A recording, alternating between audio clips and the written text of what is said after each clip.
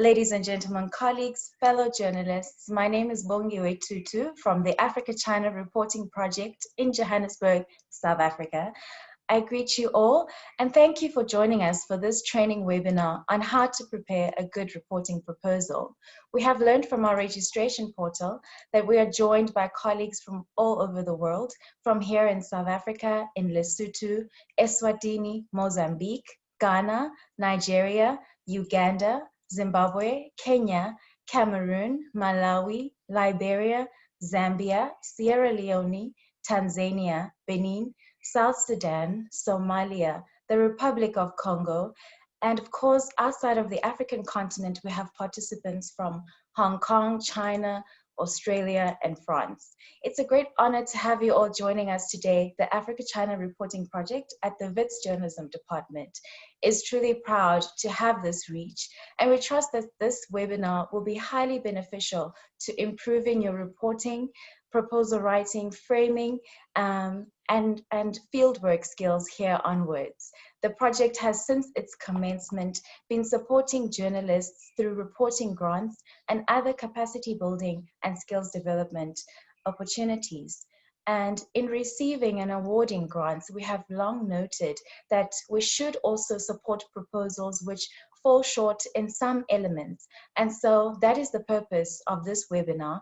It is to continue to upskill and provide support to journalists in order to produce nuanced and representative reportage.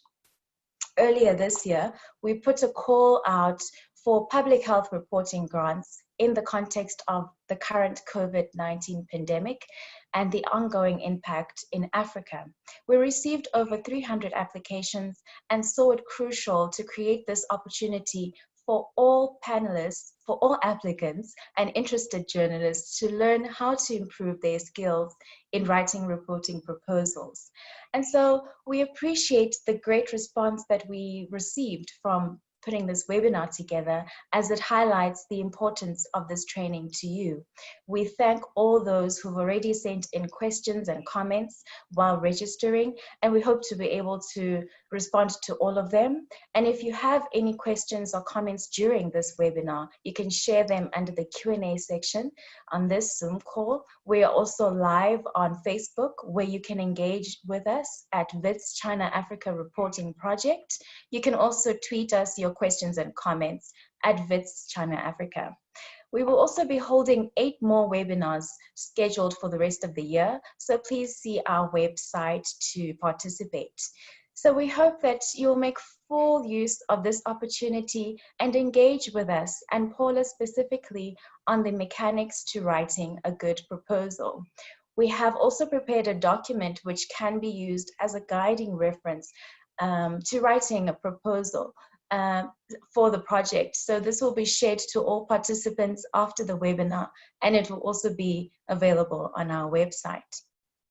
I will now hand over to our facilitator and trainer, Paula Fray, the CEO of Frayintermedia, Africa's flagship media organization. Paula and her team have been very instrumental in their mandate to empower stories and storytellers across the global south. The organization has been a long-standing asset, and if you would like to learn more about their work, please visit Frayintermedia's website. So I leave you in very capable hands. Paula, welcome to you and thank you. Thank you very, very much, Bongiwe. It's really, really good to be here.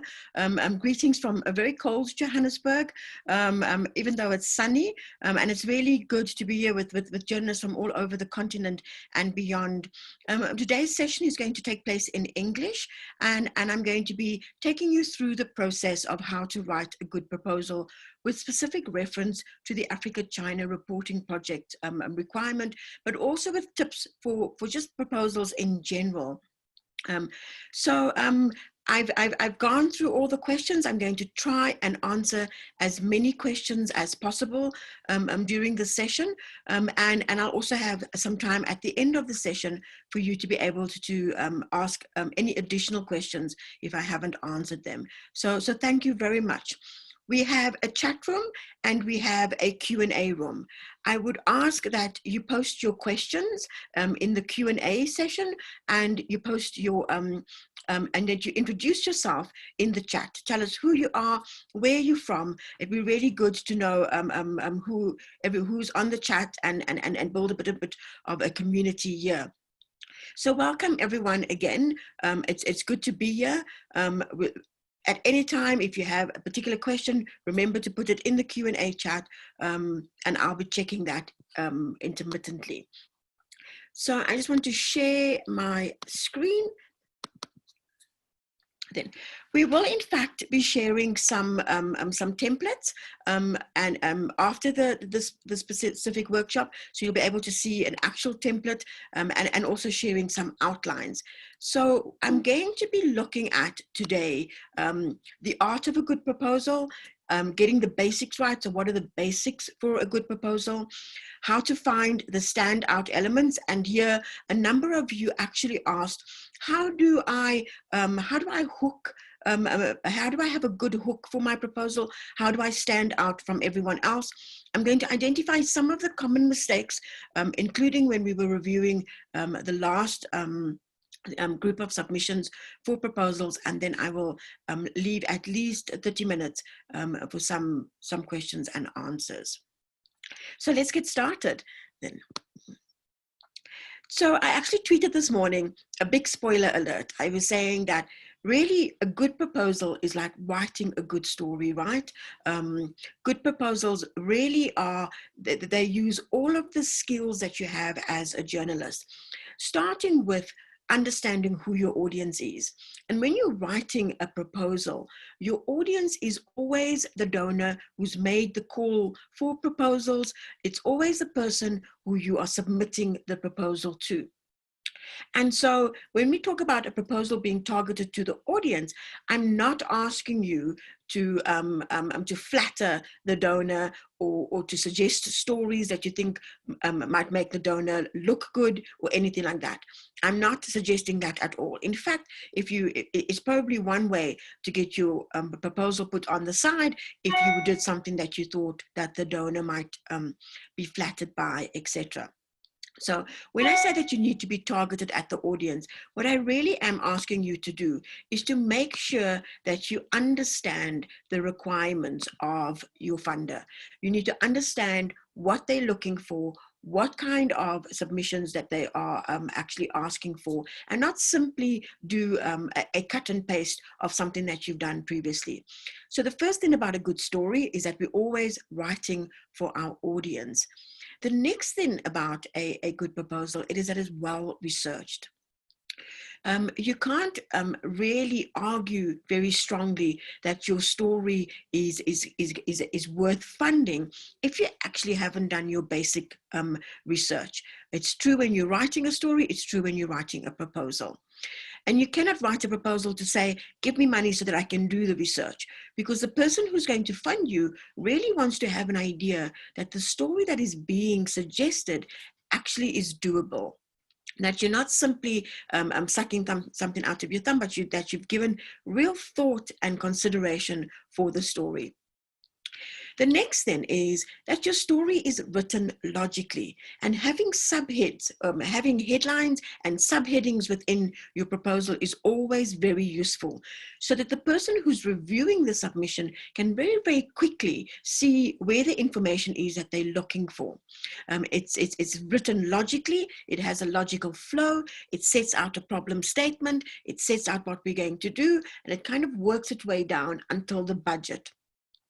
And of course, everything links, right? When I say that something needs to be written logically, you really have a conclusion that is backed up by the rest of the story. In the same way as you would have the conclusion that is backed up by the rest of the information in your story, in your proposal, you have a budget that is backed up by the rest of the story. The budget doesn't start to introduce things that you haven't mentioned before. It must be clearly presented, you know.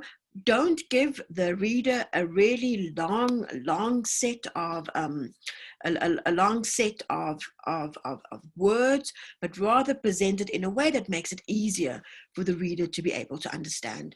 And finally, a good story makes deadline. You've got to make sure that your proposal actually meets the deadline and is presented in the format that the person is actually asking for. So then I'm going to break down this process, and I'm really going to be looking at various elements of the proposal and etc. So as Bongiwe was saying earlier on, there were over 300 submissions. I want to tell you that sometimes I've been part of submission reviews where we've had thousands, right? Some of the global ones that aren't very, very niche get lots and lots of proposals. In the NGO world, the proposals just are so numerous that very often it starts off with a concept note before you actually do the proposal, because so many people actually submit something. And it's quite possible that when you submitted your last proposal, that in fact you met all the criteria, your proposal was well written, but that there are only a limited number of proposals that can actually make the final list, and that you might have for some reason not made the final list, but still had a really good proposal. I want to kind of make it clear that it's not one person who's sitting there reading through all the proposals, but in fact, it's checked by a panel. It's checked against the submission requirements, and it's checked by a panel. So there's a panel reviewing it. And while there might be some differences within the panel group in terms of what they like and they don't like, they're all being asked to check your submission against very, very clear criteria. And so there's very often not huge differences between what people think are good submissions or not good submissions. The reason why I'm emphasizing that it's being reviewed by a panel is because you really have to think of yourself writing for a group of people that, and therefore you need to be as clear as possible about what you're trying to achieve and try and answer all the questions. Nobody's going to come back and necessarily ask you to clarify something. There's just no time in the submission process. So that's really, really important to understand, that this proposal is going from person to person to person. And so clarity is absolutely important. I want to say that most people, most organizations who do a call for proposal start out by weeding out the people who don't meet the basic requirements of producing all the documents, etc. So very often you might have hundreds of people, but in those hundreds of people, only about half of them might actually make deadline, produce all the documents required, etc. And so don't think that you're going to be forgiven because you didn't submit one document or etc. Because you have an amazing proposal. Very often the proposals that don't have all the documentation, the proposals that don't make deadline, don't even get sent to the panel to be reviewed. They get sorted out before they're actually submitted for review. So the very, very first thing of writing a good proposal is to make sure that you submit it in the format that people require, that you submit it by deadline, and that you actually submit all the required document. So I want to, before we speak broadly about proposals, because there are in fact a number of organizations supporting journalists at the moment who are making calls for proposals, I want to look very specifically at the Africa-China reporting project. So the Africa-China reporting project actually requires that the proposals that are submitted from journalists need to be relevant and focused and detailed and thorough. Now, when we talk about relevant and focused, actually, you know, the starting point is, I know that times are hard, and I know that very, very often journalists are spending a lot of time writing proposals. When I headed up the Interpress Service news agency, we were writing proposals weekly. And we very often thought of ourselves as being, as having done really well if we had up to 25% of our proposals accepted. Of course, those proposals are much bigger in scale and scope and even funding requirements than these. But one of the starting points really is that if you're writing proposals, particularly at a time like such as now when we're all in the midst of a pandemic, and really many people have been retrenched, or their time has been cut, or their work has been cut. If you're writing proposals, be very careful of having a template that you simply rework slightly for the funder.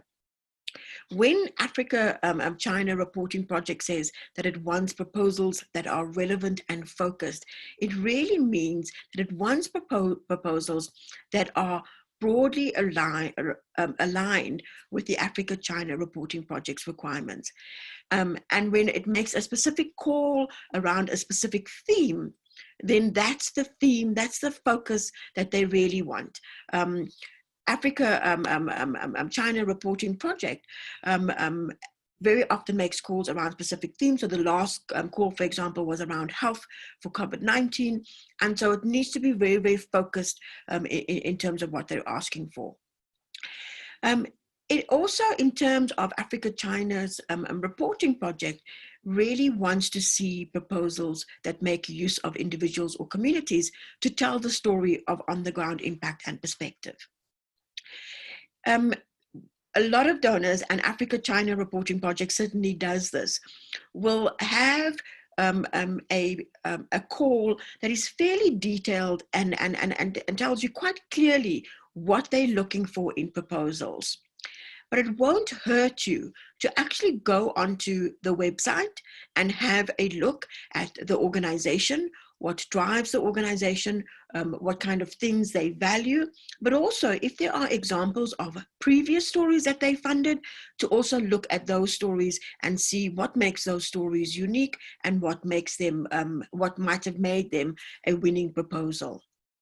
So relevant and focused, broadly aligned with Africa-China reporting requirements, focused in the specific projects or issues, for example, health or media, or through the prism of Africa-China relations, and making use of individuals or communities to tell the story of on-the-ground impact and perspective.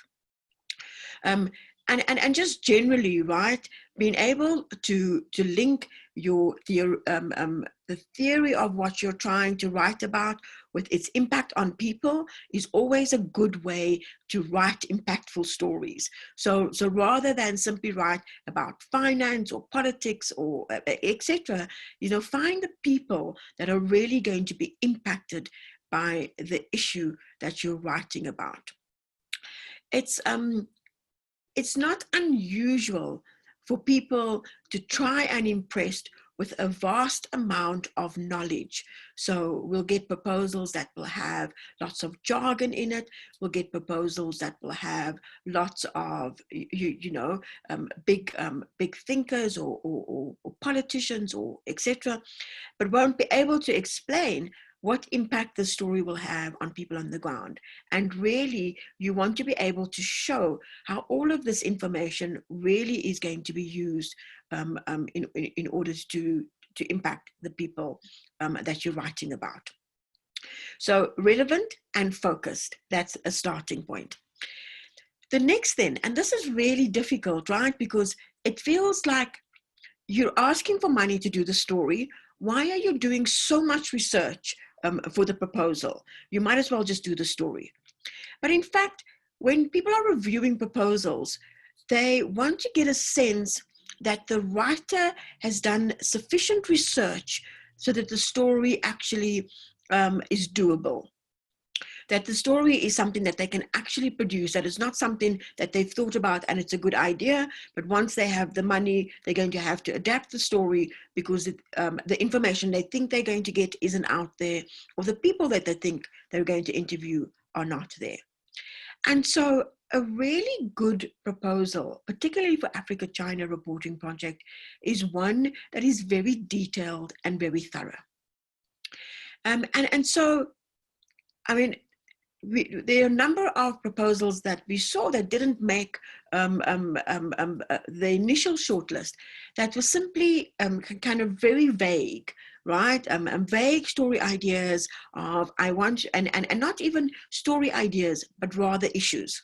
You know, just to clarify, so a story idea has a very clear angle, has a very clear idea of what sources we're going to be able to use, who we're going to be able to interview, what kind of documentation is available, where I can get this information, etc. That's a story idea. An issue is, I want to look at the impact of COVID-19 on the economy. Right? That's just too vague, too broad to to be able to see exactly what kind of story you're going to produce. So what you need to do is a detailed and thorough proposal that outlines very, very clearly your story idea. The proposal is therefore well organized because you've got more detail.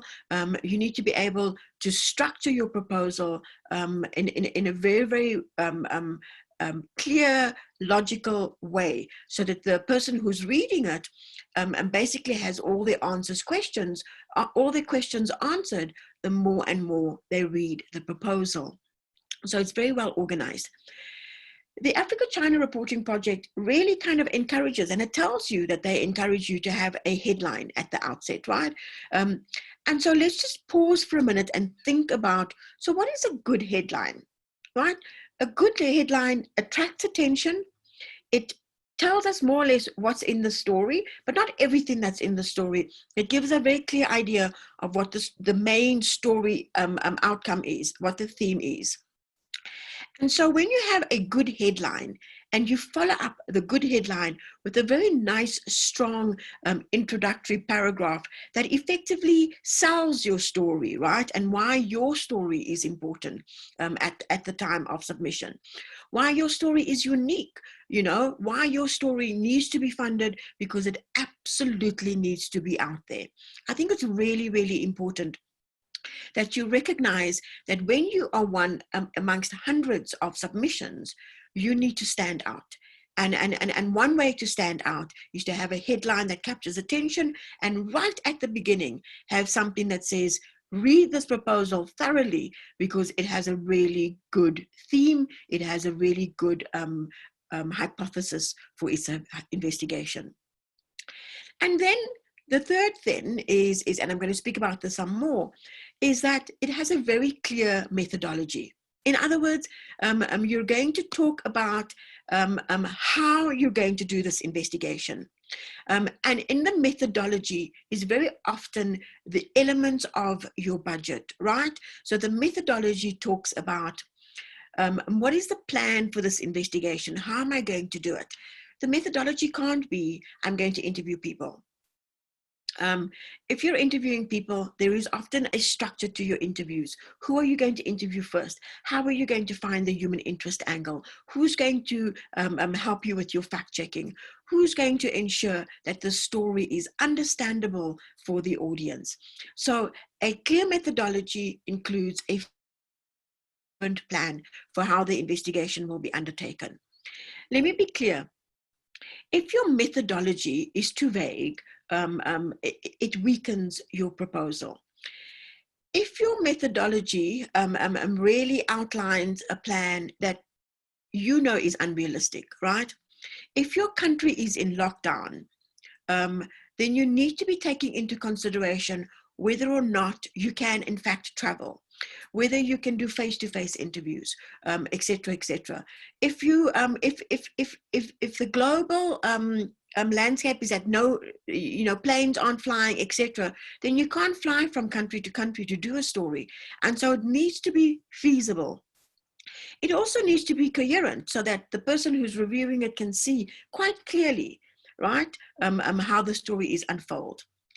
Think of at this stage, when you're talking about methodology, think of the person who's reviewing your proposal as a really difficult editor that you work with, right?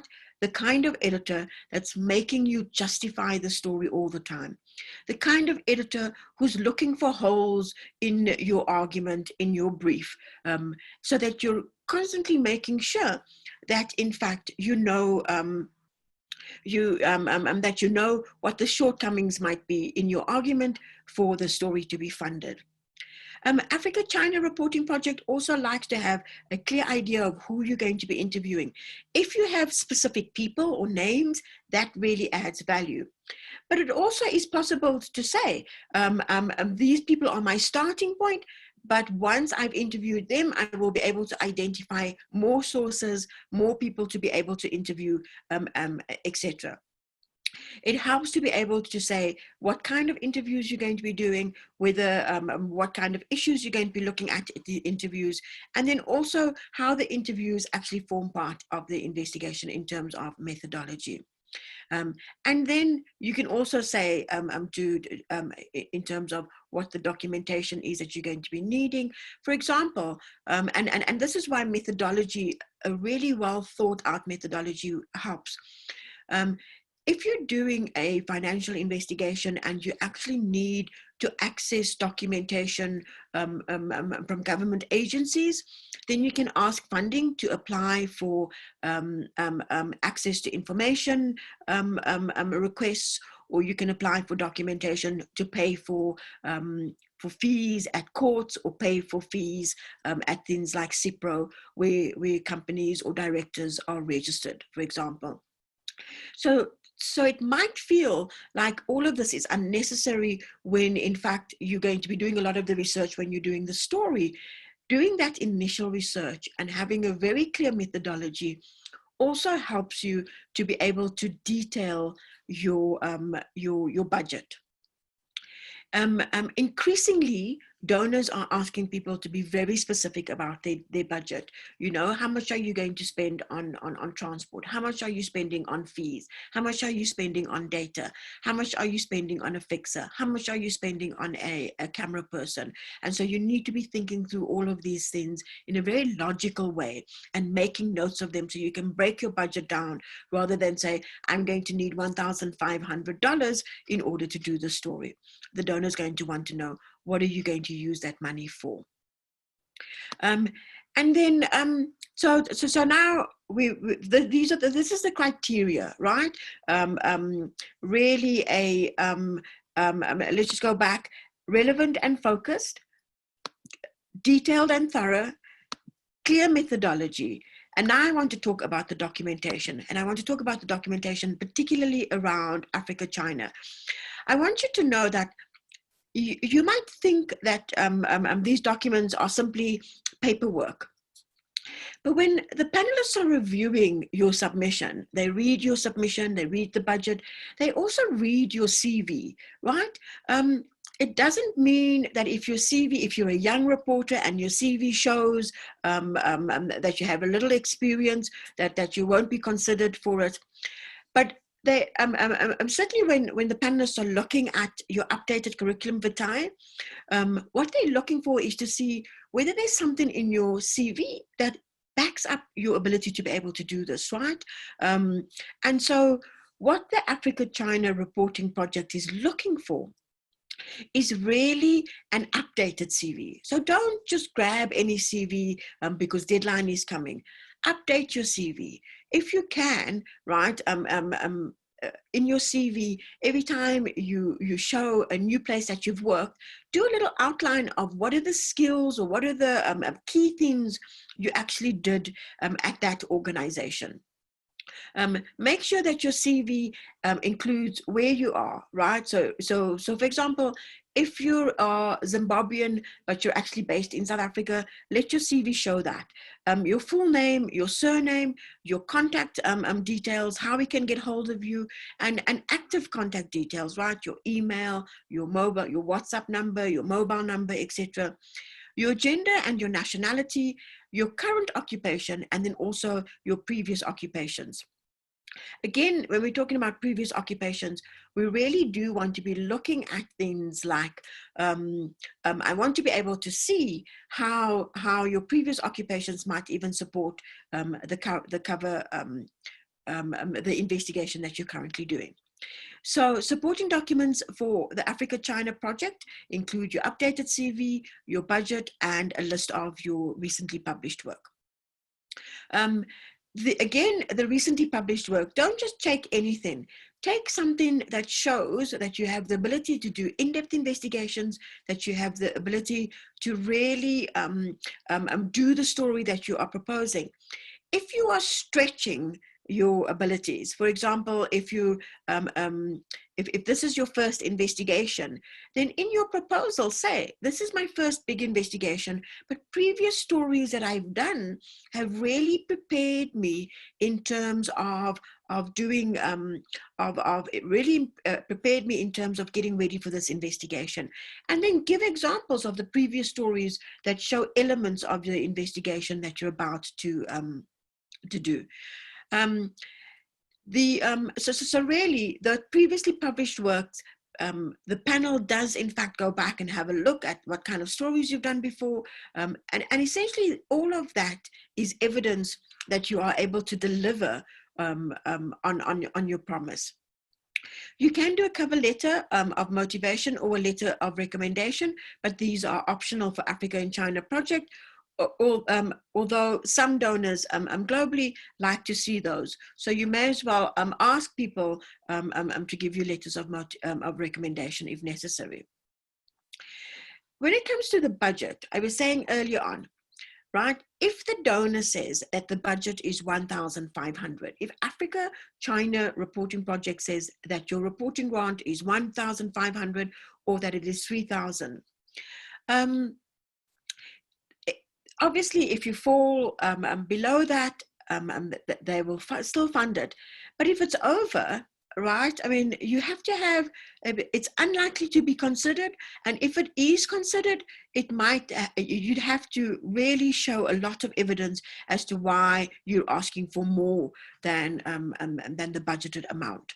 My suggestion is stay within the budget as much as possible, unless some donors do want to see that that other donors or even you are actually funding part of the storytelling yourself. But if the donor is not asking for that specifically, if the donor is not asking for how you are in fact contributing to your own investigation, then stay within the budget. Stay within the budget. You don't want to be an outlier and therefore easy to kind of put aside.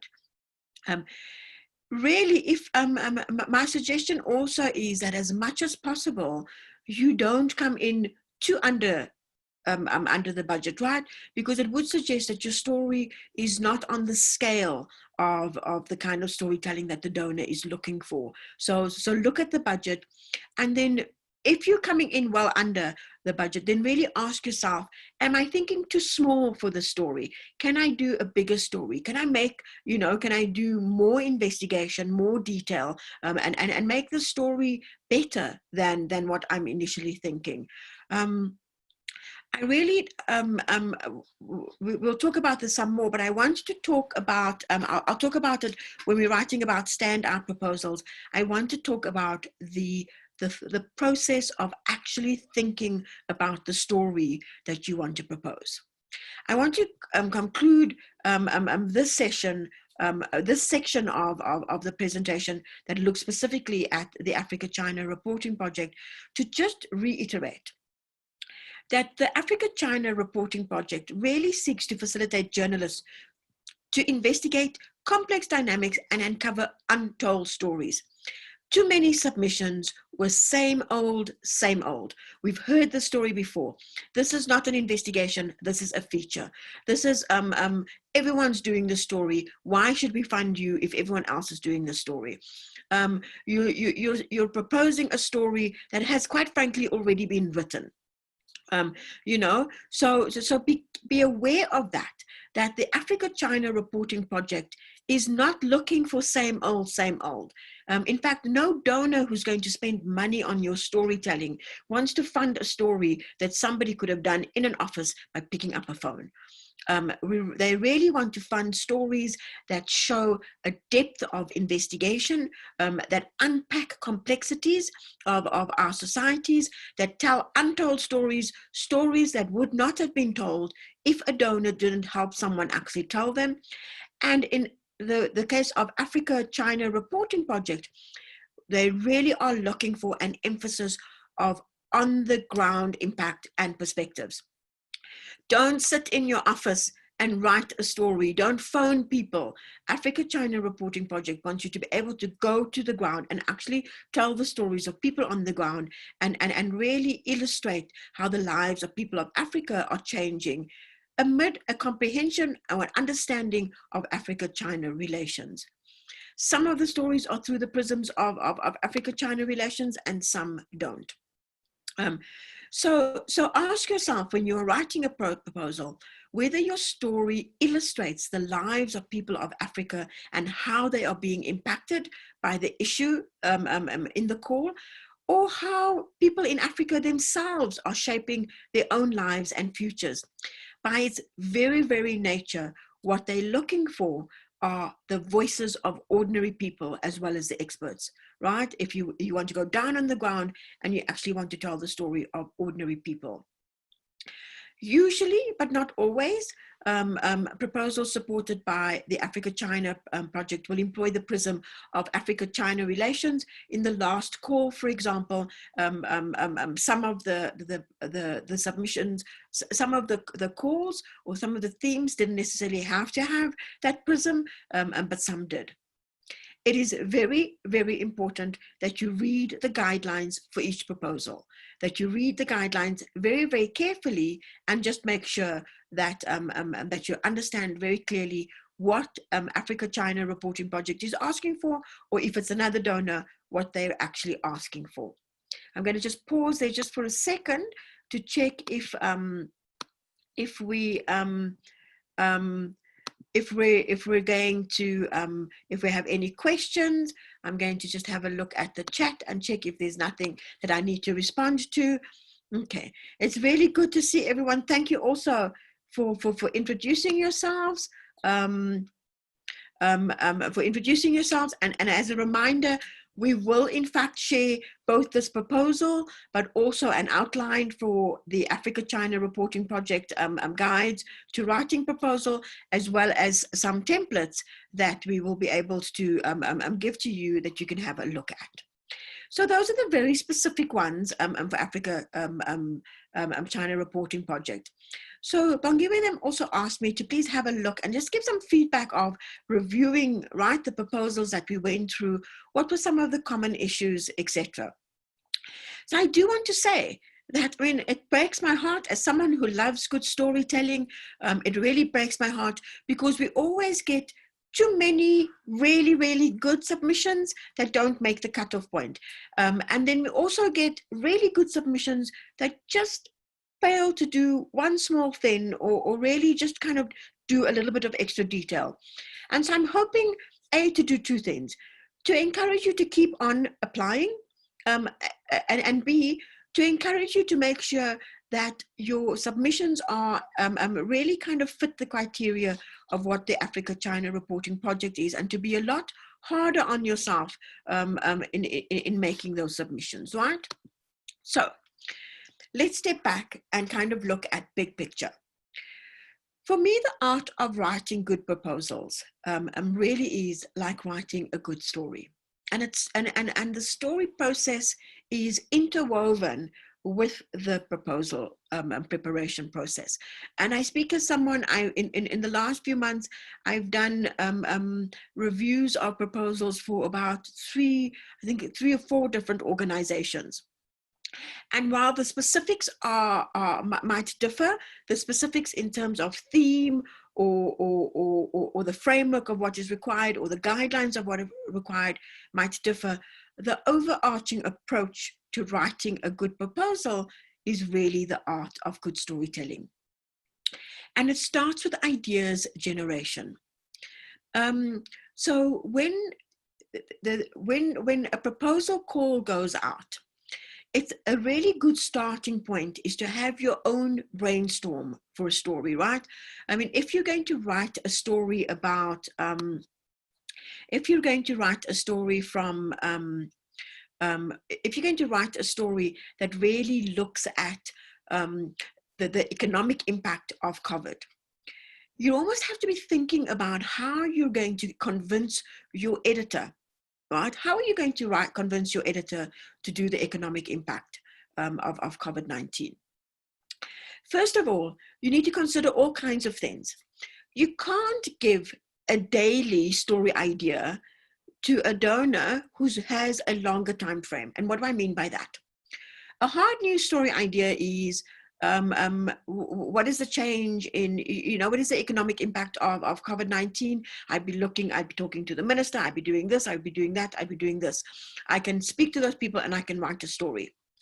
When you're talking about an investigation into the economic impact of COVID, it means going onto the ground and talking to various people.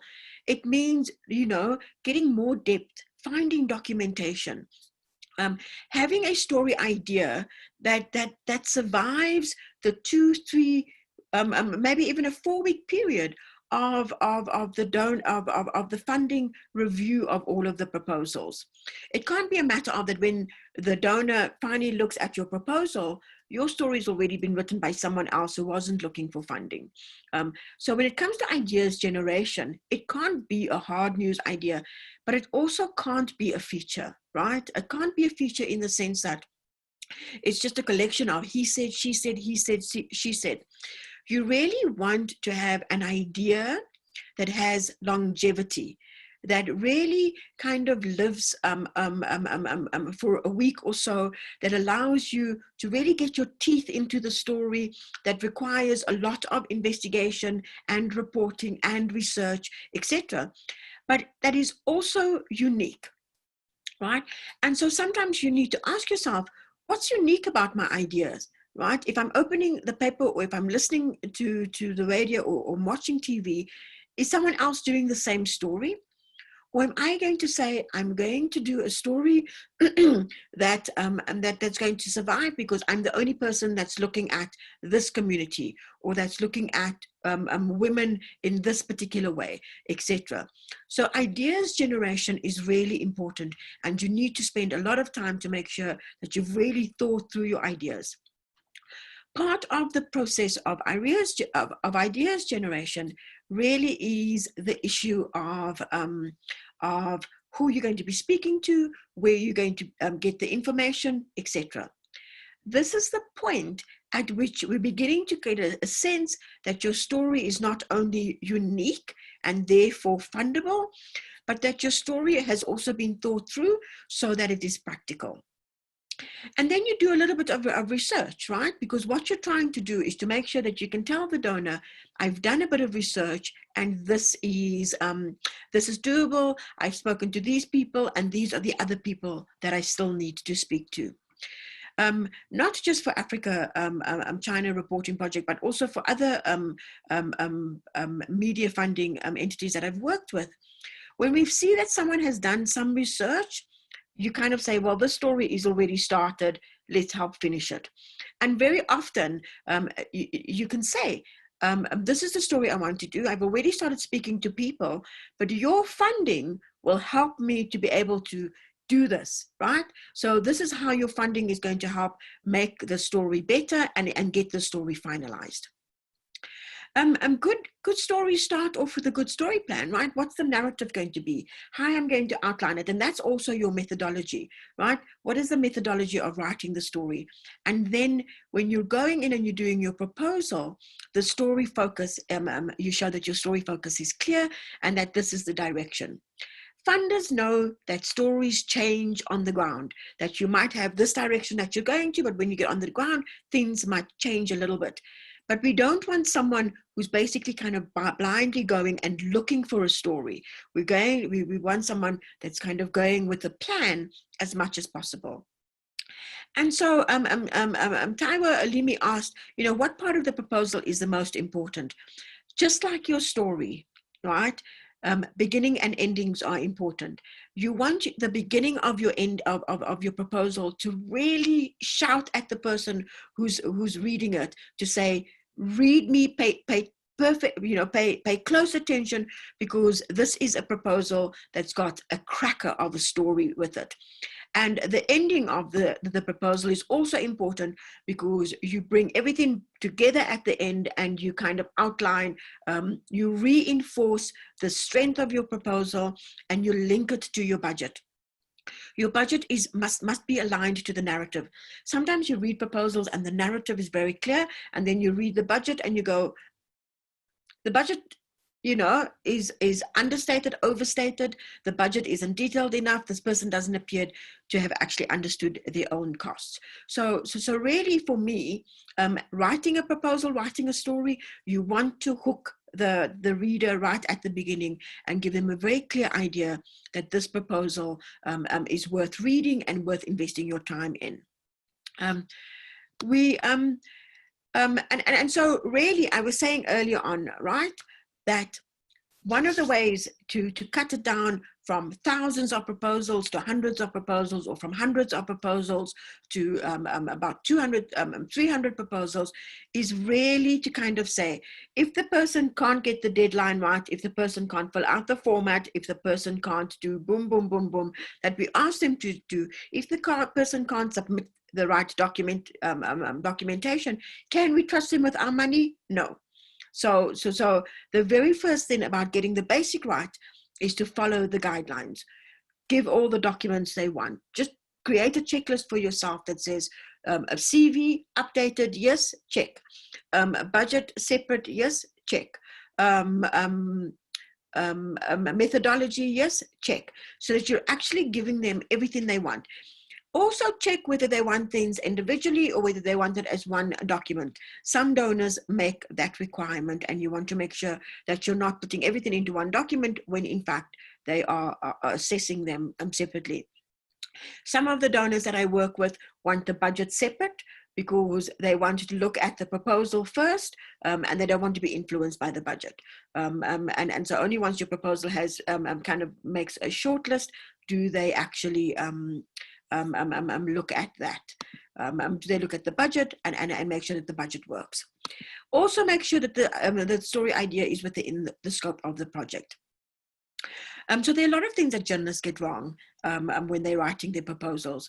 But one of the things we definitely get wrong is to think that our story idea is so amazing that we don't need to follow the rules or the guidelines, or to think that because a person is asking for health, when they see our amazing story about the environment, they're going to move away from health and give us a funding for an environment story. Make sure that your story idea is within the scope of the project. If you are an environment reporter and the story idea is about health, you need to recognize the intersectionality of our lives, right? It's almost impossible to think of health in the absence of the environment. It's almost impossible to think of health in the absence of the economy. It's almost impossible to think of health without access to government services, etc. And so think about how your story idea aligns to the donor's priorities, and make sure that you're actually doing that. The other thing is to assume too much knowledge on the person who's reading your proposal. It's really a good idea to think like a foreign correspondent in some ways, right? And the way you do that is you really are kind of saying, what does this person need to know in order to see the impact of my story? So, you know, when you're reviewing stories from across the continent, not all panel members will have a full understanding or an intimacy with the issues in your country. When I say that you need to paint a clear picture of the problem you are addressing, it always helps, particularly for continent-wide calls, right? If the call is just for your country, that's a different matter. But if you're submitting it to an organization overseas or something like Africa, China Reporting Project, you want to have a context paragraph. You want to have a paragraph that really talks about what the problem is or what the issue is, and why your story is going to be looking at it, and why and what the resulting impact might be. So don't assume that the reader has an understanding of the issue, right, or of your context. Always put in little explanations, little explanatory paragraphs as much as possible. I've said this before because I really feel so strongly about it. I mean, sometimes when you're reading proposals, you kind of go, well, that story right, was 2 weeks ago. That story needed to be done 2 weeks ago. It's just a hard news story. It's an inverted pyramid story structure. It's not an investigation. It's a straightforward feature that you want to write. It's a he said, she said feature. An investigation really kind of needs a lot more grappling with the issue, a lot more unpacking of complex issues and more kind of looking at the impact on the ground. So don't submit a time-bound story for a long lead call for proposals. Even if your deadline is today, it takes time to sort through all of the applications. It takes time to shortlist them. It takes time to do, etc., etc. And so you're only going to be getting the funds in a few weeks, maybe even a month, or sometimes even 2 months. You need to really make sure that the story you're proposing is going to be alive by the time you still get the money. And I think that's some of the issues, right? Align your proposal idea to the donor budget. Don't make it too big. Don't make your budget too big. Don't make your budget too small. Make sure that if the proposal is giving if the donor is giving a certain amount of money, that you really are kind of making sure that your idea is aligned to it. If you're falling well short of it, then can you do a series of stories? If you're convinced that the story focus that you've got, then can you turn it from one story into, various elements? Can you look at whether you can make it a multi-platform then? Can you bring in visual elements? Can you bring in audio elements? Make sure that a story is not too big nor is it too small. I've said this before and I'm going to say it again. Be aware of storytelling restrictions. Can you complete the story within the necessary time frame? Are you, biting off too much and the story needs a very, very long lead in order to do it? Are you aware of the restrictions in terms of can you get out and do the story during this pandemic, etc.? And then are there language requirements? If they say submitted in English, submitted in English. Have someone review your proposal, have someone check it, even if ultimately your story might be in another language. Make sure that every presenter actually, every person who's reviewing your story is able to understand it. I'm going to stop the share just for a minute because I want to go. So a lot of people often ask, what is the outline that you want? And Africa-China Reporting Project will send out a couple of templates and examples of things that they've had before. But for me, the outline of a story is it's quite similar to the outline of the proposal. It's a very logical process, right? You hook the audience, you follow it by outlining. So you hook the audience by letting them know what this is about. And then each of your little sections of your proposal are broken up into little blocks. So I'm going to just very, very quickly share a page sample. I want to share with you a sample of, oh, for heaven's sake, it keeps on putting up the wrong thing. I want to show you a sample of what we really want to be looking at, and the reason for that is because I want you to see how the outline is very, very logical and in the way it flows. It was on my slide, but I just want to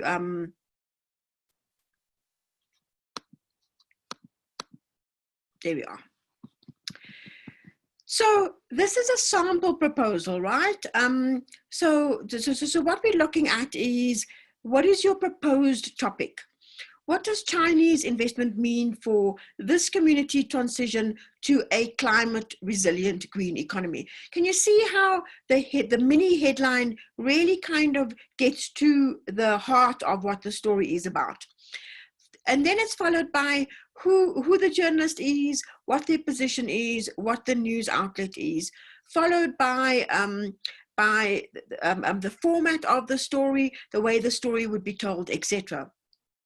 And so each of these are very, very logical blocks that the writer is actually following, right? Proposed topic, the format, and then a summary of the story.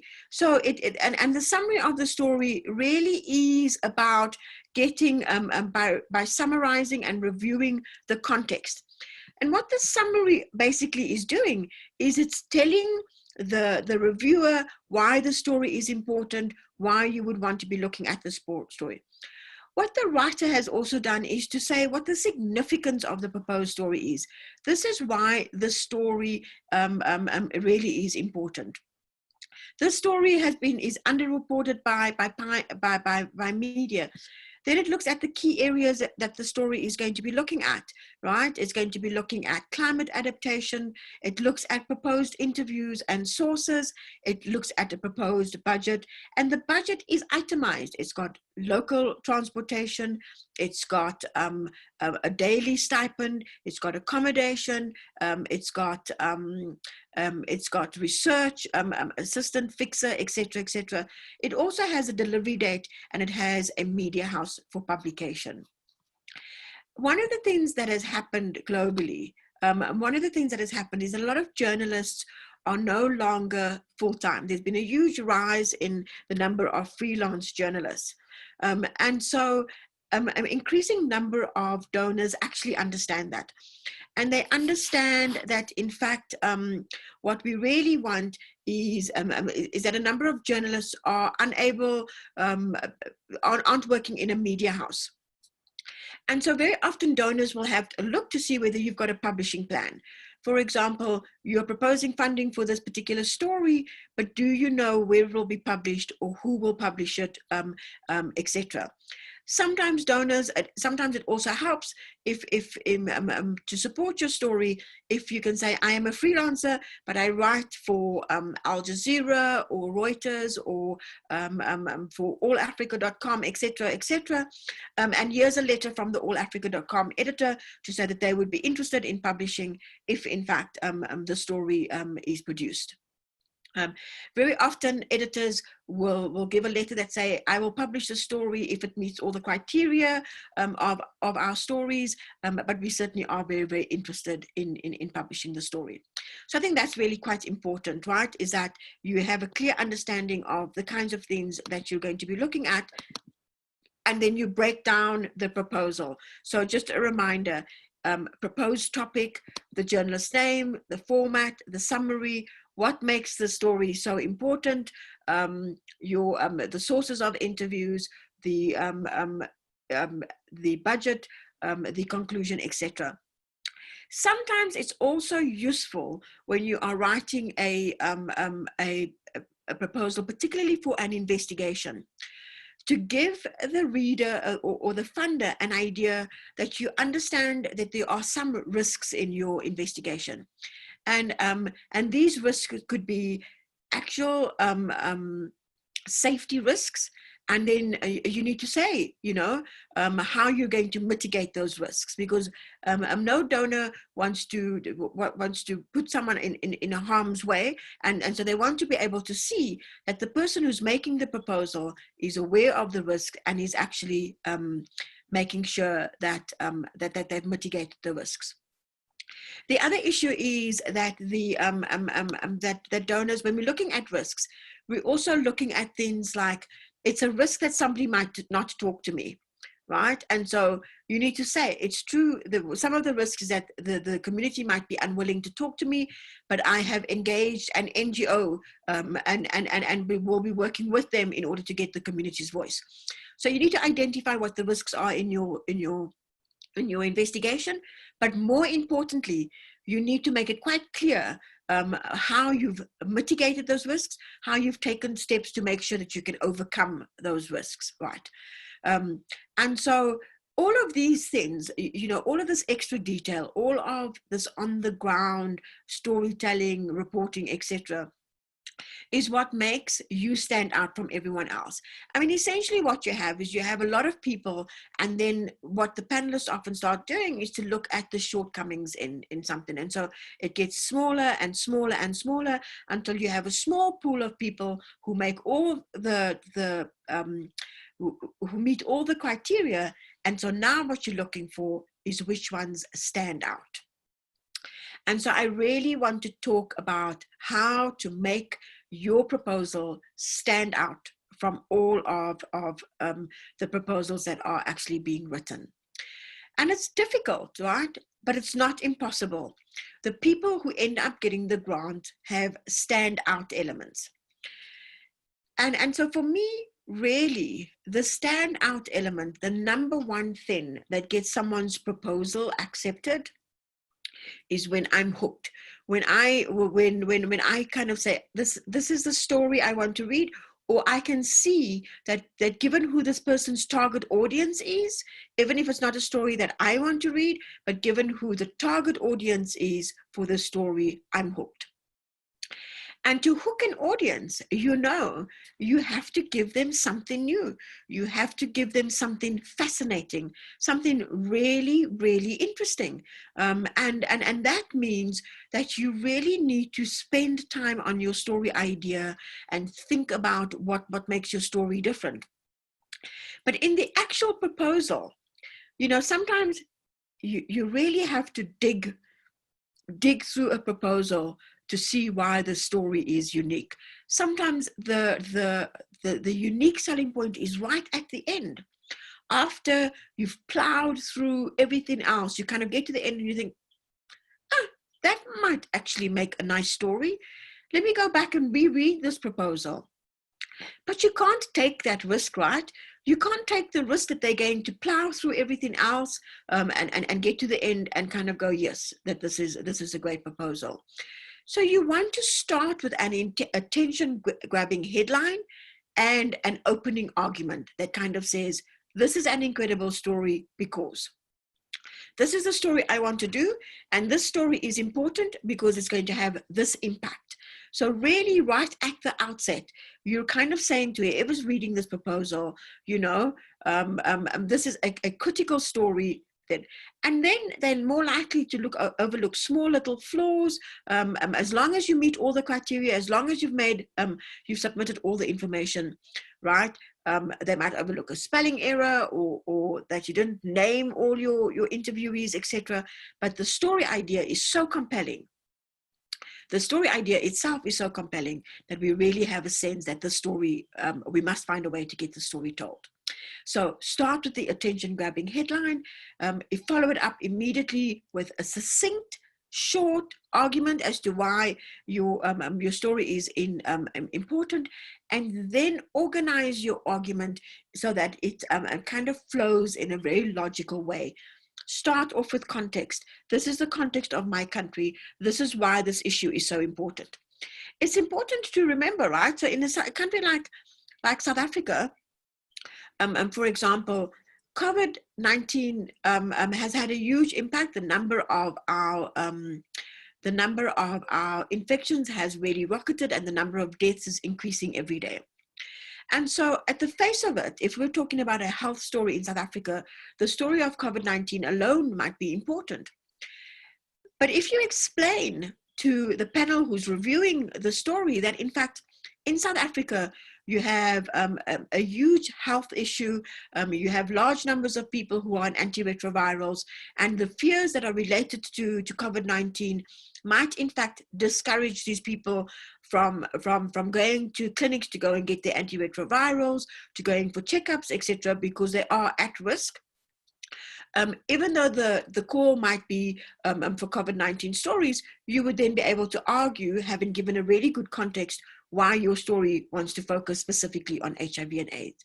But you need to organize your story, your argument, and you need to make sure that you put the right context and background in. But you do not want to overload your proposal with too much information, right? It's just like a good story. You need to give the reader what they need to know, not everything that you know. You need to give the reader the critical information. So you want to avoid irrelevant information, and you don't want to be verbose. You just want to talk and talk and talk and talk. Think about the panel, right? They are reading endless proposals. If you're suddenly giving a 20-page proposal and other people are able to write succinct proposals of 3-4 pages, I mean, you know, it's just like too much information, nothing is going to stick. So avoid irrelevant information. But at the same time, do make sure that you've got sufficient information. A number of people, to be quite honest, a number of people in the last round just had so little information, it was almost impossible to see why the story was worth funding, to see what the challenges were, etc. Really, you're not such a brilliant journalist and you're not so well known that if you toss your hat into the ring with a one-pager that kind of says, I want to do this story, that the panel is going to go, oh, look, you know, here's a great story. You really do need to justify it. Too many journalists, Aurelia is asking, you know, where do most journalists go wrong with writing their proposals? Too much assumed knowledge, assuming that the panel knows who they are, knows their work, knows the context in their country, knows why the story is important, and thinks that because they've made a suggestion without any angle, interviewees, etc., that angle is going to work. Or journalists who actually have a template of stories that they're always writing, and every time someone makes a call, they're actually kind of every time someone makes a call, they're just going to do a cut and paste of the donor's name, you know, and then submit that as well. So Henry is asking, you know, why do some proposals rejected in Africa China reporting grants get accepted elsewhere? Is it the volumes of proposal you received or the criteria? And Henry, I can also speak from my experience of other grant making groups that I've been, panels that I've been on. You know, it's a combination of things. And that's why I was saying earlier on, we saw a lot of amazing proposals. It breaks my heart as a storyteller that we can't fund every single proposal that we see. And so very often, the final group, you know, you're literally kind of going, these three are all amazing. Which ones should we, you know, which one of the three should we be giving the funding to? And it's a combination of things, that there's a large number of proposals being received, that the proposals, that we're looking for the proposals that are most relevant to the criteria or to the particular theme that has been looking at. We're looking at people who are showing innovation, showing things that are different. And I think ultimately you're also looking at impact. So sometimes your proposal is not accepted, not because it doesn't meet the criteria, it doesn't, it hasn't done everything that is expected of it, it isn't good and it hasn't kind of engaged the panel that has actually reviewed it. It's just a combination of all of those things, right? It's a combination of the number of applications, the number of good applications, the criteria, and then just kind of looking out for the standout applications that show impact. So in the questions that people asked before today, the one thing that came out over and over was, what is a good hook? What is a good hook for a proposal? And I think in many ways, it's like the introductory paragraph, right? There are some variations of an introductory paragraph in a story. There are different ways of doing an introductory paragraph. But all of them link to the issue of then what makes the reader sit up and take notice.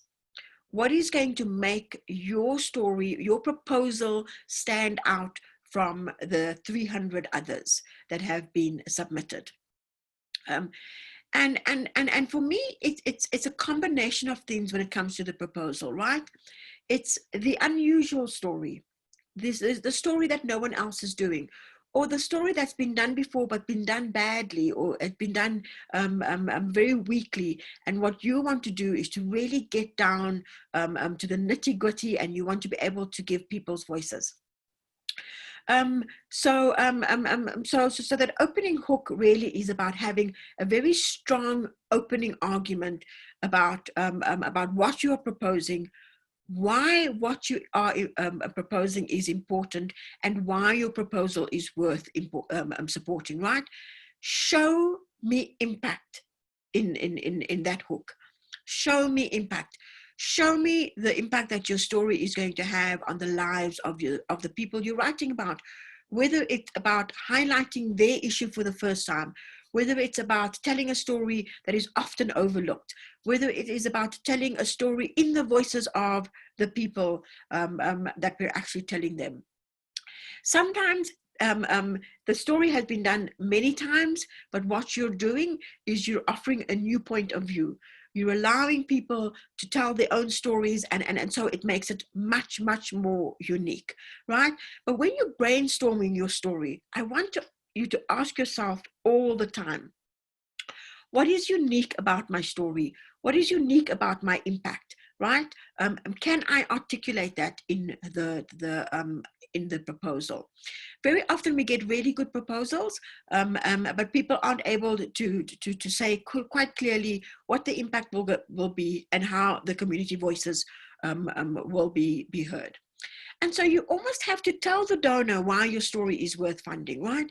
You want to fund me because this is the only, because very, very few journalists are able to tell the story. Sometimes when people ask for money to go to travel in rural areas, they made the very valid argument that very often journalists in newsrooms that are under-resourced are unable to go out to rural areas in order to tell the stories. This is why my story is important. So tell the donor specifically, this is the first time someone will look at the story in such depth, right? Let the donor know why they should give you a second look. And really, don't send in the obvious idea. If you're asking someone to pay for it, I mean, in one of the, not for the Africa-China group, one of the things, something that came up often is we would ask, why isn't the media house paying for the story, right? If this person is doing a straightforward story, why isn't the media house paying for it? You've got to outline why you're asking for extra funds. So, in the next 50 minutes, I want to talk about the mistakes that I see. And hopefully help you to be able to avoid some of those common mistakes. The shotgun approach, right? The single story. I have one story and I'm going to tell the story. I'm going to ask every donor to fund the story and I'm just going to tweak it here and there. I'm going to change maybe a place, or I'm going to change something, and I'm going to send this off to everyone. And you know, reading through, when you read a lot of proposals, you can actually see which proposals are thoughtful and unique and really have grappled around the criteria for this particular proposal call. And you can see the person who probably kind of did a search for and replace, a search and replace, right? Where the same story is being sent to different donors. Whether you're applying to Africa China reporting project, or whether you're applying to the International Women's Media Fund for storytelling, or whether you're applying to the Investigative Journalism Network's call for funding, have a targeted approach, right? I mean, maybe the theme of your story is similar because it's where your expertise is. Maybe you really want to get funding to do a specific kind of story. That's fine. But when you're talking to every donor, make sure that you are basically tailoring your arguments to their potential panel. So be very, very targeted about what you're asking for. Be very targeted in terms of showing how your story really serves their mandate. Sometimes when NGOs also make a call for story proposals, you need to look at the NGO's mandate and then target your responses to that. Go to the website of the organization, as I said earlier. If this is your first interaction with the the Africa-China reporting project, then go to the website and have a look at the kinds of things, right, that they're doing. So be very, very targeted, and then be thoughtful about your story idea. Be thoughtful about what you're trying to achieve. Go back to what I said earlier on. Imagine that this panel that is reviewing your proposal is your worst editor, the one that just is never happy, the one that is forever seeing flaws in your story, the one is for always asking you, well, why should we do the story? You know, that's the person you want to be thinking of as much as possible. Don't make your proposal too short. There were too many short proposals that were just kind of too thin on the ground. Make a persuasive case. Make sure that you've got your context. Make sure that you've outlined the issues that you want to look at. Make sure that you are actually looking at these things in a very, very considered way, and that you're not assuming too much information on the part, too much knowledge and too much information on the part of the person who has to review it. The other thing is that, you know, I want to write a story. As if stories in and of themselves were important. I'm a great believer in the power of storytelling, but I'm also a great believer in the power of storytelling that has a specific outcome, where we're trying to do something. And so it's really, really important for you to begin to look at what is the impact of your story, right? Show the impact of your story, show how your story is taking forward a current conversation, show how you're adding to the current conversation. What you don't want is a situation where your story is being proposed as if the issue hasn't been discussed before. So it's important to illustrate how your investigation integrates with or is a follow-up from prior reporting, either your own reporting or the reporting of other reporters, right?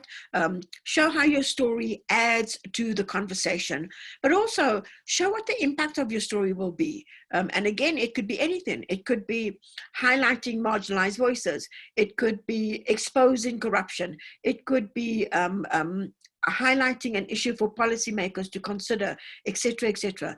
Understand what the value of your story is, and then argue very strongly for that. And then, and this links to the story idea is too thin. You can't, if you're asking for $1,500, you can't sit down on your lap in front of your computer and just start to write thoughts, right? I want to write a story about this. You really do need to do research. And you need to show in your proposal that you've done research, because what that shows the person who's reviewing is that you've done some research and you therefore know or are convinced that your story is feasible. It makes, if I'm looking at two proposals and the one proposal says I'm going to do this and the other proposal says I've already started looking at these issues and this is what I know is out there and this is what I need to still get, I'm kind of going, well, this person clearly has a story that's feasible, has some sources already in the bag. If we fund this one, it's more likely that it's going to not only be completed, but have impact. So do enough research to show that your story is feasible. Do enough research so that if you and someone else are proposing the same story idea, that your proposal has more detail than the other person's proposal. And you also want to do research so that the language you use shows familiarity with the topic, right? You don't want to do a proposal and quite clearly show that, you know, you went to Wikipedia and cut and paste from Wikipedia. You want to do enough research so that you actually sound fluent in the issues that you're writing about, to the extent that you know who the big people are, you know who the key people are to interview, you have a familiarity with the topic so that you can frame it appropriately within the context. I think that's also, you know, when we think about why we're doing research, you really are kind of doing research so that you're talking with some authority on the issues that you're writing about, and you're not going to be shown up as someone who's kind of just, you know, repeating jargon without really having an understanding of the story you want to write about. The other thing about your proposal is that the fluidity of your writing, right?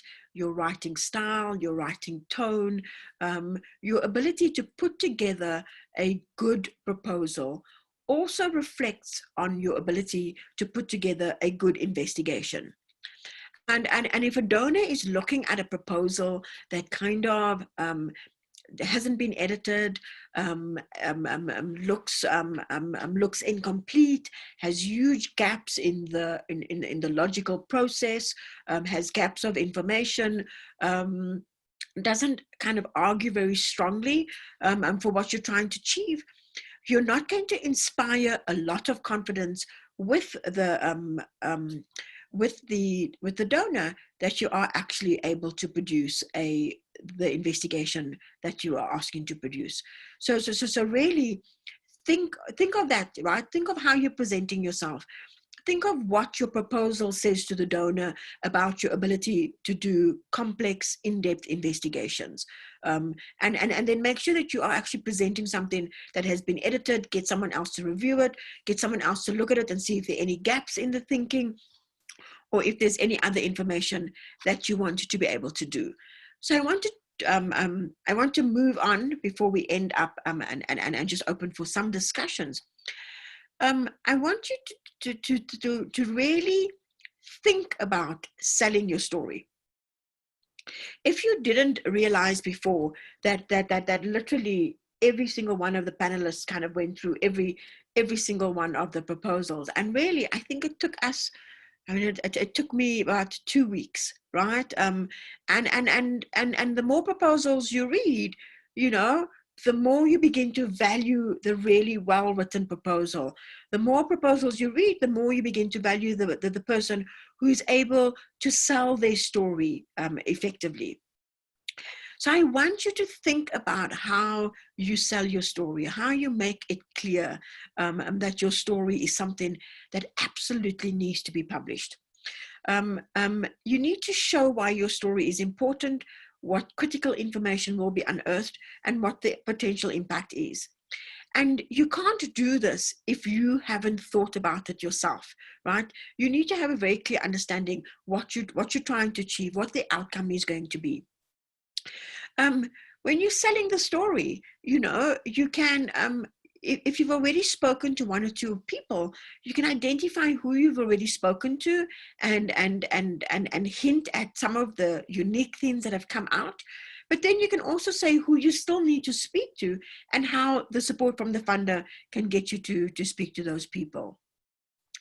And then really, when you're selling your story with your proposal, you need to strike this balance between being thorough and detailed, right? But also being concise and to the point. So I want detail. I want to be able to see. I want a proposal that has no gaps in it, but I also want you to tell me that quickly, right? So really tighten up your work. Make sure that you're getting through that really, really quickly. Before I break up, I stop for a minute and really just kind of open up for any additional questions. I want to go over to the chat and have a look there. I want to say that I want to go back to the Africa-China Reporting Project and say to you that for the Africa-China Reporting Project, a good proposal is one with a relevant topic. If they are asking for specific kinds of stories, make sure that your story idea has been thought through and that it's relevant and that it meets the criteria in terms of the kinds of stories that we're actually looking for, right? It needs to be adequately focused. So don't give me a proposal giving me context for the whole world. Don't give me a proposal that gives me context for the whole of Africa. Give me a proposal that gives me context and gives me an argument that is focused towards telling a specific story. I want to remind you that health is an issue, that the story idea needs to have an angle, it needs to have potential sources, it needs to have a methodology, right? It needs to be a much, much more focused than simply saying, I want to do a story about health. It needs to be clearly and concisely laid out. I want you to think about headings and subheadings in your proposal, right? And even as you're going through, having little subheadings in your proposal really helps the reader to be able to quickly look for what is the format, what is the, I go back to the sample proposal that we will send you, right? What is the proposed topic? What is the format? Give me a summary of what you're arguing. Give me the significance of the proposed story. Why does the story have to be done? Why now? And why are you the right person to actually tell it? What are the key areas you're going to be looking at? Who are the people that you're thinking of interviewing? What kind of documentation sources are you going to be looking at? What is your proposed budget, and what is your delivery date, and then who's going to be publishing it? Each of those, right? Proposed topic, format, summary, significance of the proposed story, key areas, proposed interviews, proposed budget, delivery date, media house for publication. All of those are little subheadings so that the person who's reviewing the proposal is able to go to it very, very quickly and see what is necessary. So clearly and concisely laid out. At that point, I'm also going to say, make sure that you edit, that you self-edit your work. And if it's possible, go back and have someone else read it and just look for gaps and just look for different ways that you might actually want to make it even better.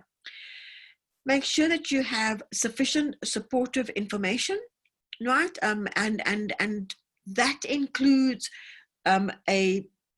it's not compulsory, it's optional, but if you are a freelancer and you're having and you have a publisher who's interested in the story already, you might want to get a publisher's letter of recommendation or publisher's commitment to actually using the story. When we talk about sufficient supportive information, you might also want to think about what stories are you submitting? Are these stories that actually show that you can do the story you are proposing? In your CV, is your CV detailed enough so that I can see your previous jobs that actually show how you have progressed over time in order to do the story that you're doing? And then have a detailed and coherent methodology for your investigation. We didn't speak a lot about the investigation process for this particular presentation, but it's really quite important that when you're proposing an investigation for funding, that you also want to be thinking about how that the investigation process is going to work.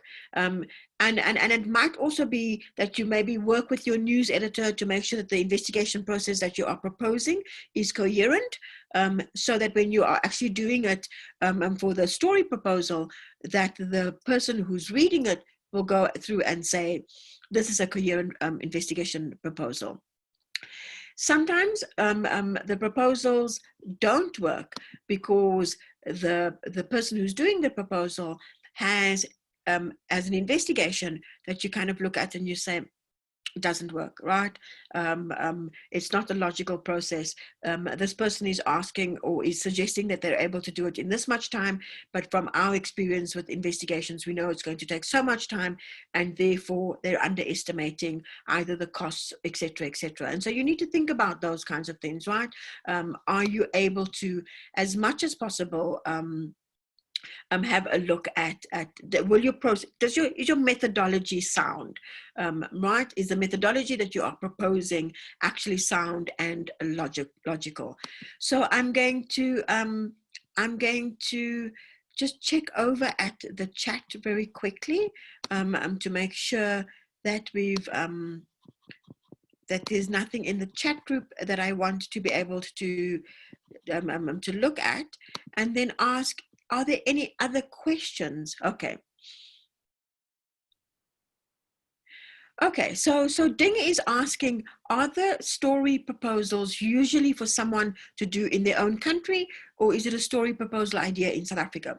So absolutely. When people are asking for proposals, they're asking proposals for stories that you want to do in your country.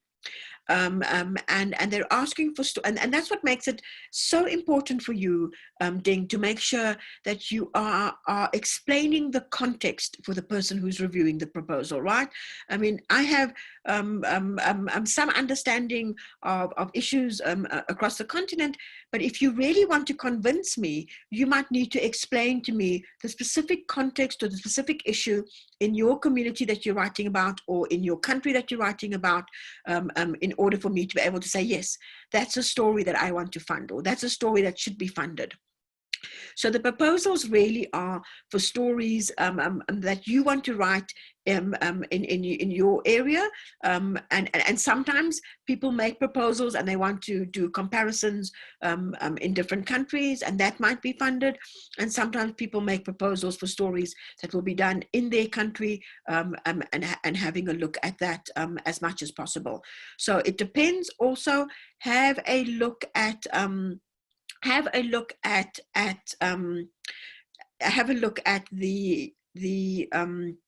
the criteria, and make sure that your story actually falls within the criteria. So Tyro Alimi is asking, do panelists look at age or status of a journalist before funding a story?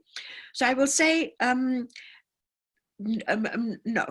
in the sense that when we're looking at the proposals, the first step really is to look at the proposals in terms of how they meet the criteria, right? How they meet the criteria, and whether the person has argued quite strongly that about the story, how the story will actually be done, and what the story will cover. There are a couple of sometimes when we go back and we have a look to see, okay, does the reporter have the capacity to write the story? We might go over and have a quick look and see, look at the CV and look at other stories that they've written. You have a look at the stories that they've submitted as part of it, but no, you would not, the proposal isn't assessed in terms of, is this a senior person, is this a junior person, etc. And I think in our last proposal we had a junior reporter who had a really compelling proposal, said that they were a junior reporter and that these were things we're going to be doing, but the proposal argued really strongly in terms of the investigation, and his age wasn't an issue. So no, it's not, that's not one of the things that we would look at when we're doing the assessment of the actual proposal. So it's really important. If you think about your proposal needs to speak for itself, because the proposal is the first thing that we look at, or certainly when I'm looking at proposals for Africa Check or for any other organization, I'm looking at, this is the proposal, this is a compelling proposal, and then I look at things like, what is the budget, what is the etc. And so your proposal is a starting point for everything. Any other questions? Let me just make sure that I haven't missed anything earlier.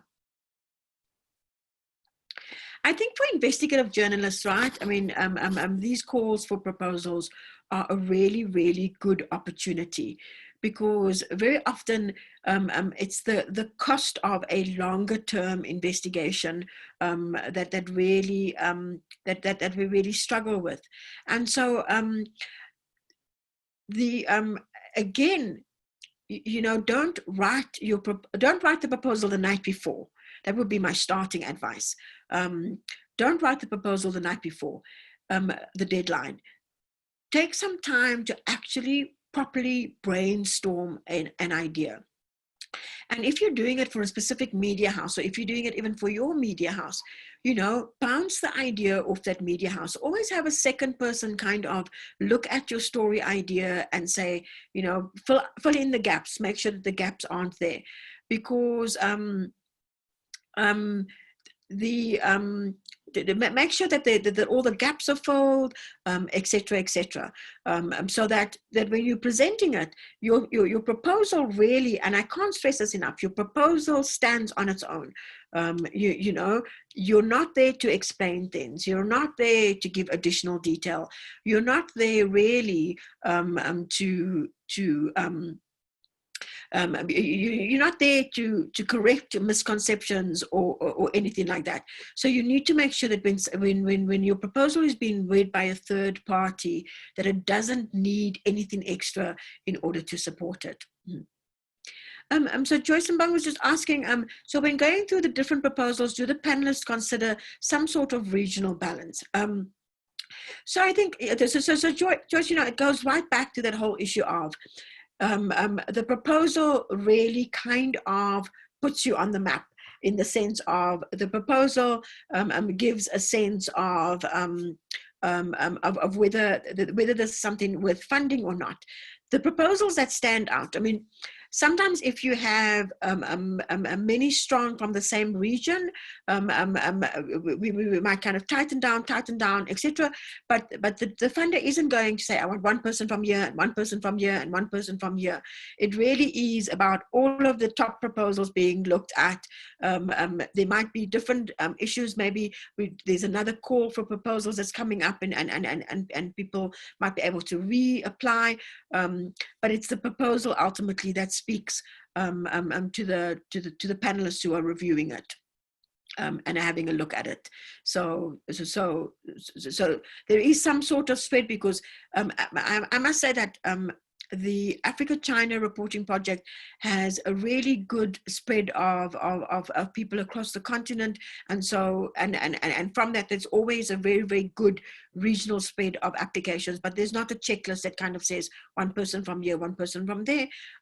I need to stress and go back again and say it's your proposal that really kind of speaks as much as possible.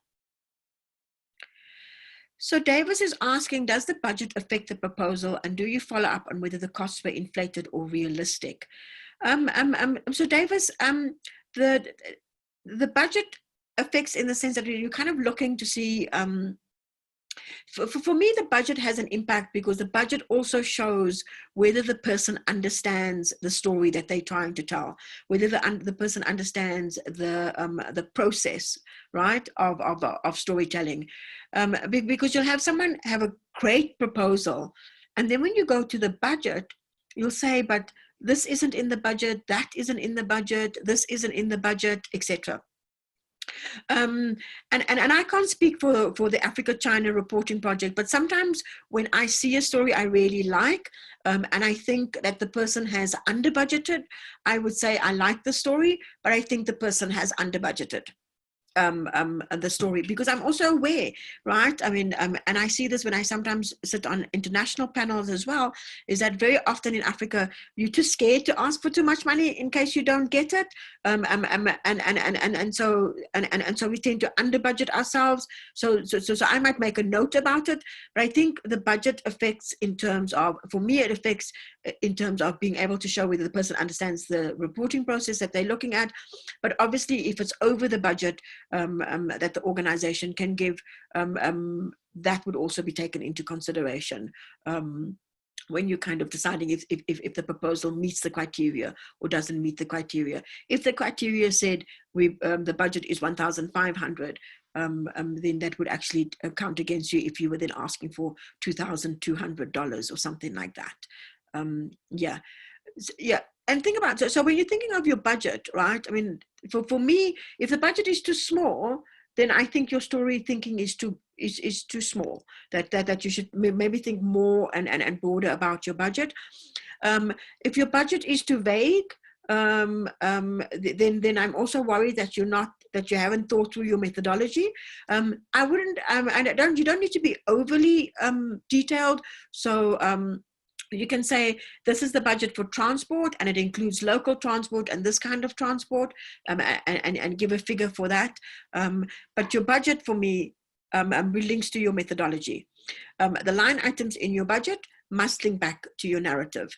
if there's stuff in your budget that wasn't in your narrative, or if there's stuff in your narrative that's not in your budget, I'm going to be worried about whether or not you actually understand your methodology and your storytelling process. So budgets do have a real role to play. And yeah, I think that the thing that you need to be doing is to be thinking all the time about what is the criteria, what are they asking for, and I don't know if Bongiwe wants to add the second part of that question, Davis, about whether they follow up when the costs are inflated or realistic. I wouldn't be able to answer if they actually go back and take up my recommendation if I say I think that this thing is under budgeted. I like the proposal. I think that that has been under budgeted. With some of other organizations that I've had, but then it's a much longer process, and it's a lot of one-on-one interviews, and for bigger projects.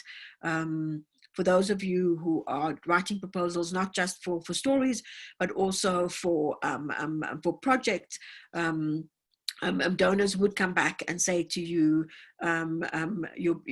we're happy with your proposal, but we need to talk about your budget, and we need you to have a look at various things. And then they will negotiate on the budget for that. So for NGOs, for bigger projects, Davis, they might come back if the costs were inflated or under budgeted. But I think I'd leave that for Bongiwe to maybe answer on that. I'm just trying to see if there are any more questions. So anything I've answered live, and I've done that one, yeah. Okay. Any more questions, guys?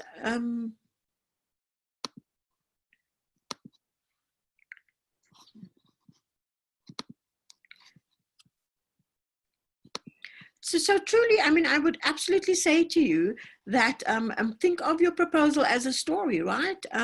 So Phil, I see you've raised a question. Okay. Do you want to ask a question? A raised hand. I see that there's a raised hand. I'm told that there's a raised hand.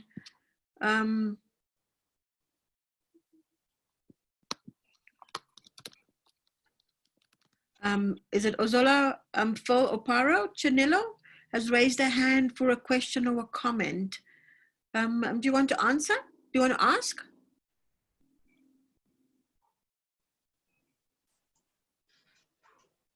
It seems like they've been disconnected. Okay. So they raised their hand, but now I don't see them any longer on the attendees. So they must have been disconnected. Okay. Any other questions? Bongiwe, could you answer that particular question on, do you do follow up on budgets afterwards? Yes, we do follow up on the budgets to ensure that the journalists have spent their funds accordingly. And also we don't send off the full amount of the fund to ensure that we have the published article beforehand. So usually we'll give the journalists 90% of the grant amount before they commence with their fieldwork. And once they've published the feature or investigation, and then we go ahead and give them the rest of the funds, the 10% of the remainder. So if they're usually, some journalists are honest enough to say that they weren't able to conduct the investigation and they send back the funds. So we really just rely on the honesty and the dependency on the journalists to show to us that they really did conduct the investigation with the funds that they were provided. But we do our best to ensure that the budget items that were listed were spent according to what was stated in the proposals.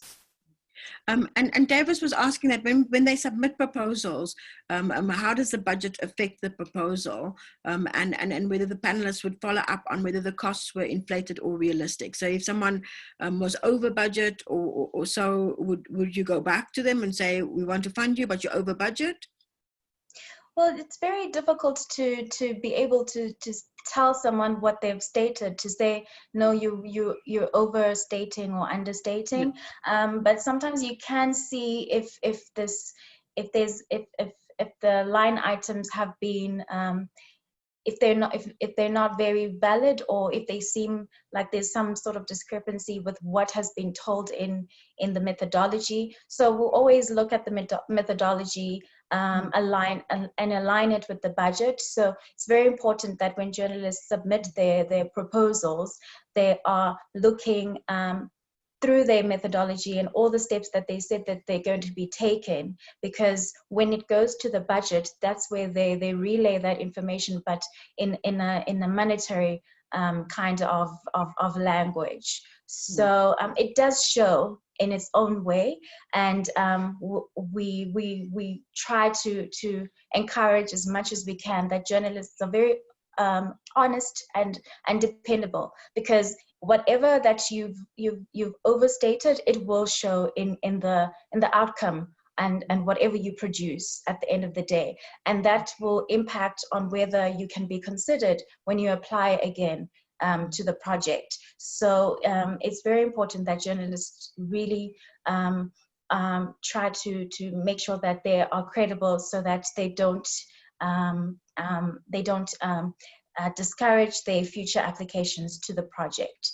And also, there's nothing wrong if a budget is much less than what the requirement might be. So maybe the grant call would be for 1,500 USD, which is usually the amount of the grants that we give, and probably a journalist feels like their proposal might be just $500. That's also compared to their methodology. If they don't need to travel outside of their country, if their story is right in their community, then it's not for us to say you should definitely, it's compulsory for you to use the entire 1,500 USD if their budget doesn't really require all that much. I mean, if everything that they want to report on is within their community that they're in, then that's even better for them to be able to tell the story in a more nuanced and representative manner. So I don't think they should be afraid of whether they've given less in their budget, or I mean, if they've required less in their budget. I think if they just look at their budget, and if it speaks to their methodology, it will be very valid. Absolutely. We also have a hand here from Sodiq. I'm not sure. Okay. There. The mic is off. Hi there, Sodiq. Can you unmute yourself so you can ask your question?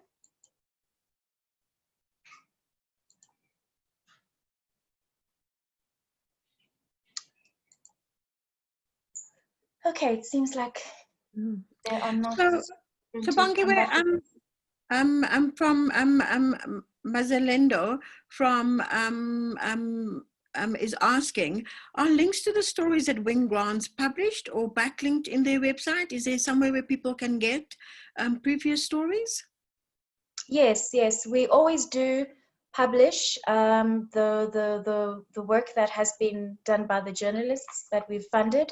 So they usually send us the original link, which is published in their local or community news public companies or media companies or publications. So when they send us that link, we will always share it on our website, and we obviously say where it was first published, and then that's in that way we ensure that all the stories that have been funded and that have been published through the project also relate to our audience, because usually journalists will be publishing from a media company that is only within the reach of their region. So it also helps when we publish on our website to to expand the dialogue onto whatever that was relayed in the feature or the investigation. And then Bongiwe, then just if you could help me with Henry as well. What is the time frame for producing the story once you get a grant? We usually give about 3 months. So we usually communicate to the journalists that they have 3 months from the time which they receive their grant funds. But that's not always written in stone. And we also ask that they communicate to us if they face any interruptions or delays, or, you know, it's not always guaranteed that when they've arranged to meet up with their sources that they're going to show up, or the government officials are going to be there. So sometimes journalists will write to us and say to us that they're experiencing some delays because of some particular issues that are related to anything from meeting up with sources to gathering all sorts of information. So it's not something that is written in stone, that they can't, that we are not flexible in terms of the time frame, but it's always within 3 months of them receiving their grant funds. And then if there are any issues that they face, they always communicate with us, and we are very flexible in that way, as long as the feature will be published. That's what is most important to us. So it's 3 months, but we're very flexible with that. Thanks. And Henry, I hope that kind of helps you with your question. Henry's question was that talking about time-bound story proposals and completing the story within the necessary time frame, some sources take journalists round before interviews due to protocols, bureaucracy, and how would you handle such challenges? So I think what Bongiwe is saying is that it's 3 months usually for you to produce your story, but if you are having problems, you can write back to them and just let them know that you're having specific problems. Another question here, Bongiwe, from Isaac Kisa. He's asking, can you know the next call for story proposals? Sorry, can you please repeat that? I don't see it. So when is the next call for story proposals?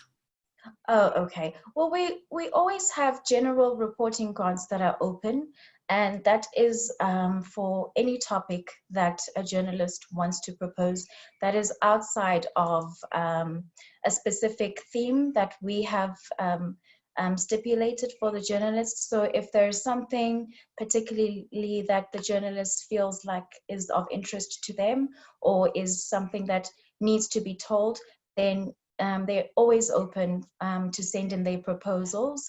And in terms of themed applications, we currently have a call for online environmental journalism training workshop, and that's also very detailed on our website. So if they can just try to keep up with the calls that we put out on our website, and there they will see all the specific calls that we have out. So at the moment, we have an online environmental journalism training workshop that's open for applications, but we always have general reporting grants applications open for any story that the journalist wants to propose, nothing specific.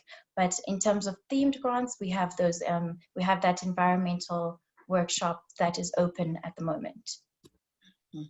And I would strongly suggest that you follow @Vits China Africa on Twitter, and just keep a look out for specific calls, but also to go to their website and have a look there in terms of what is available for journalists, and when there is a kind of specific theme call that you can respond to.